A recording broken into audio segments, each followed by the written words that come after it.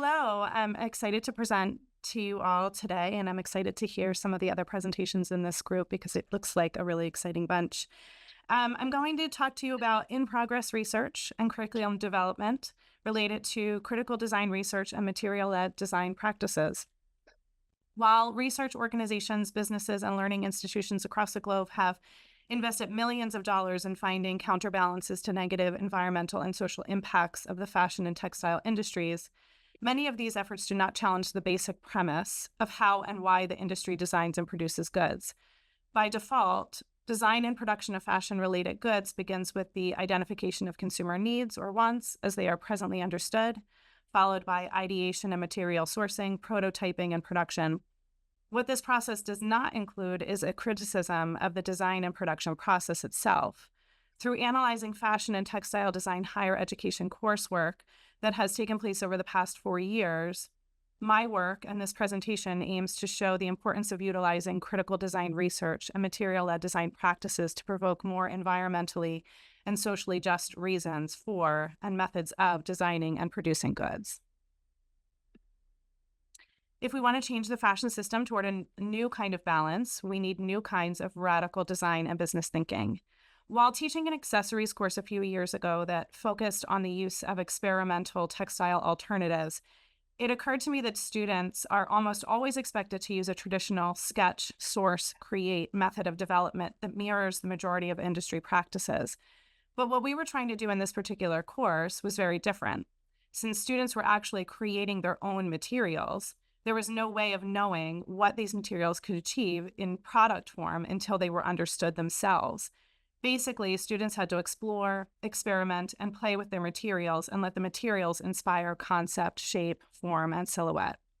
I was asking students to utilize two concepts that are not usually addressed in design curriculum, critical design research and material-led design practices. So let's start with definitions really quickly about these two terms, and then I'll walk through a couple of case studies of courses that I've taught that center these two practices. Critical design uses design fiction and speculative design proposals to challenge assumptions and conceptions about the role objects play in everyday life, while increasing awareness of social, cultural, and ethical issues in the eye of the public. The purpose of using critical design research in fashion and textile design education is not to develop fully scalable and saleable products, but rather the purpose is to elicit conversation about the validity of the practices by which we produce and consume. Critical design proposes an approach to provocation rather than design as rearranging surface features according to the latest fashion, while obfuscating the norms and conventions inscribed in the design and their use. Material-led design, in relation to that, is a creative process that involves transforming physical materials to create an object. The process of materialization is seen as a collaboration between the artist and the material, where the artist learns from the material and thinks with it. Interacting with materials enables ideas to emerge and stimulates critical analysis. A material-led practice involves exploring and experimenting with materials at the very beginning of the creation process, not after concept and sketching have already commenced. By considering materials before silhouette, the designer has a much greater creative control over the entire process because they are not limited to the materials developed by others. Leading with materials opens up room for textile manipulations and transformations with purpose. And it provides an avenue to begin the development process with circularity in mind, instead of trying to back into socially and environmentally conscious elements when it's far too late to be meaningful. The process encourages designers to deeply engage with the material's capabilities and limitations, leading to innovation and unexpected design solutions. So like I said, I want to talk about some of the classes that I've developed and students that I've worked with where we've centered these two concepts in our design process. And here are the three courses that I'm going to talk about. The first one was an experimental accessories course taught as an elective for seniors and graduate students at Drexel University, which is in Philadelphia in the United States, back in 2021. We looked at biomaterial innovations through the lens of circularity and with an emphasis on material end of life. By thinking outside the norms of what materials can and should be, students began to imagine how materiality and design strategies can be refocused to satisfy the needs and desires of consumers today while doing no harm. The second course, which I'm now realizing on my slide, all three of these courses have number 1, so it should be 1, 2, 3. The second course is concept development, in which I taught both at Drexel University and at Albright College, which is in a city called Reading, that is about an hour west of Philadelphia. Students are challenged to begin with a material-led approach to designing a collection of menswear and women's wear. By first addressing the current challenges facing our industry and our world, students explored responsible design practices and experimented with thoughtful textile waste solutions with the intention of developing cohesive, creative, and innovative collections. And then lastly, I'll review some work that I completed over this past summer as an independent study project with a student researcher. The intent of this project was to gain a better understanding of how the fashion industry has polluted the earth and how developing innovative approaches to textile creation can result in positive environmental impacts. Critical design research was employed, and as was material-led design approach. So talking about this first course, as I mentioned on the previous slide, this elective course was centered on accessories, and it looked at biomaterial innovation through the lens of circularity and an emphasis on material end of life. Students were tasked with creating their own materials by using bio-based resources that resulted in completely biodegradable materials. 22 adventurous students participated in this course entitled Material Innovation in Accessory Design, performing their own experiments to develop new materials yielding unique, creative, and inventive accessories. The first 4 weeks of this 10-week course consisted of developing a research journal that included recipes, processes, and samples of experimental materials. While developing this journal, students had the opportunity to begin more organically and thoughtfully working through the 5 stages of design thinking needed to develop their work and employ critical design research question prompts throughout their process. The final project, completed during the second part of the course, consisted of the design and creation of a fashion accessory that addressed both function and form. Students examined consumer habits as a catalyst for designing with materials that are intentionally impermanent and came up with creative solutions for the question of what happens to a product when the consumer is done with it. And here's a few examples of some of the work that came out of this course. This particular headpiece was made out of grown mycelium on hemp cord. Even the sort of framework was made out of mycelium bricks, and then it was sort of put into a large bag that let the mycelium grow into this form. These goggles were made completely out of 4 different versions of bioplastic materials that were created on a kitchen stove and then sewn together with a cotton cording. And then this was a combination of some bioplastics and mycelium to create a really interesting sort of platform sandal.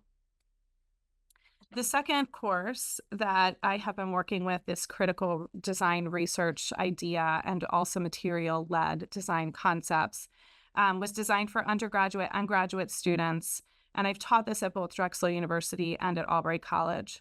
By utilizing a material-led design process, the goal of this course is to study the inherent qualities and properties of textiles and other materials by pushing their boundaries and challenging what is possible. Material exploration sparks inspiration and ignites innovative breakthroughs for design and products. Students spent several weeks at the beginning of this 15-week course engaging only in material exploration, manipulation, and transformation. They were really uncomfortable with this process because they are so used to starting with a concept or starting with sketches, and I forced them to not and sort of actually scolded them when they tried to come up with a concept before playing with the materials. The final project of this course is to design a 10-look collection, making one of these in full scale, all from the material-led research that commenced at the beginning of the process. And while I've taught this course a few times now, I regret to still not have usable images of that exploration process to share, which I'm working on this semester with a new group of students. And so hopefully I can represent some updates to this work in the future and share some of those process pictures. But here's some of the final outcomes that have come. And in some forms of this course, we've worked in groups where they can pair up as teams. And in some versions of this course, they work as individuals. So here's one of the concepts that was really led with using sort of kitchen kitsch textile waste that was repurposed in some interesting and fun ways. And then we have another collection here that was a team of 2. that was really looking at very small pieces of textile waste, creating some fun and innovative textiles that come out of it for their collection. And then we have another, a little bit more intricate grouping of students who came together to work on completely deconstructing denim to come up with this really cool sort of lace texture. And then they also went around campus collecting tags from other students from the back necks of their garments and things like that to create this sort of quilted patchwork fabric as well. The third course is actually not specifically a course, but an independent study that I did with a student researcher this past summer. Through this project, we were looking at material innovation and considering creating different bio-based materials and biodegradable fashions. While several materials and methods were explored in the first few weeks of this project, the student researcher quickly gravitated to one particular material early on, based on his research of the 1960s paper dress that was produced by the American paper company Scott Paper, which we see here. In 1966, Scott Paper ran a promotional advertisement featuring this paper products in the form of a dress. The dress was not meant to be a new category of business for the brand, but it took America by storm with more than 500,000 orders in the first year that it was available. Fashion brands in America and the United Kingdom jumped on this trend, and the paper dress quickly rose in popularity as individuals became fascinated with the idea of wearing and disposing of trendy clothes. It's one of those first signals of disposable or fast fashion because it was truly a single-use product. Marketing campaigns leaned into this carefree mentality with slogans like, "Won't last forever? Who cares? Wear it for kicks, then give it the air." Using the paper dress as a critical point of reference, this research student began experimenting with the idea of creating a paper lace by using traditional papermaking techniques and adjusting the pulp density across several trials. Some questions began to emerge during these trials. If the creator of the paper dress had felt responsible for what happened to the product once the consumer was finished with it, could it have been designed in a circular economy with an environmentally beneficial outcome? Could material recycling and composting infrastructures have been put into place and become an integral part of the production life cycle process within the fashion industry? And this is exactly what we're thinking about when we're talking about critical design research, is coming up with the questions that we're going to provoke and not necessarily having all of the answers, but really coming up with conversations so that it can lead to answers down the line. Material development led to the design and development of this final product within the research project. Like the 1960s paper dress, it was intentionally designed and developed as a single-use product. You can wear this dress, but definitely only once. This dress acted as a great conversation starter for much bigger material questions. How and what can we design outside the standards of the industry by allowing materials to lead the process? And what can we redefine, and how can we redefine product and consumption habits through the use of outlandish thinking, critical research, and material innovation? There's nothing practical about this dress or all the other products shown in this presentation, but maybe that's the point. The goal of critical design work is not to fulfill a need in and of itself. Rather, the goal is to provoke, to stimulate conversation that transgresses norms of which designers and consumers alike may have only partial understanding. This dress and the courses described in this presentation are not the answer, but they are a more honest starting point for students to ask the right questions about where we have been and where we are going. I recently asked a group of students who were in a section of the concept development course what conclusions they would draw from approaching development from a material-led process. So I'm going to paraphrase and combine a few quotes to offer some concluding remarks. Do not continue to rely on a broken product development process riddled with environmental and social atrocities. Rather, lean into the unknown, the unusual, the impossible. It is here in the midst of great uncertainty and insecurity that new ideas will emerge and better ways of making can start to take shape. The ideas presented here are not meant to be a one-size-fits-all solution to fashion industry's many challenges.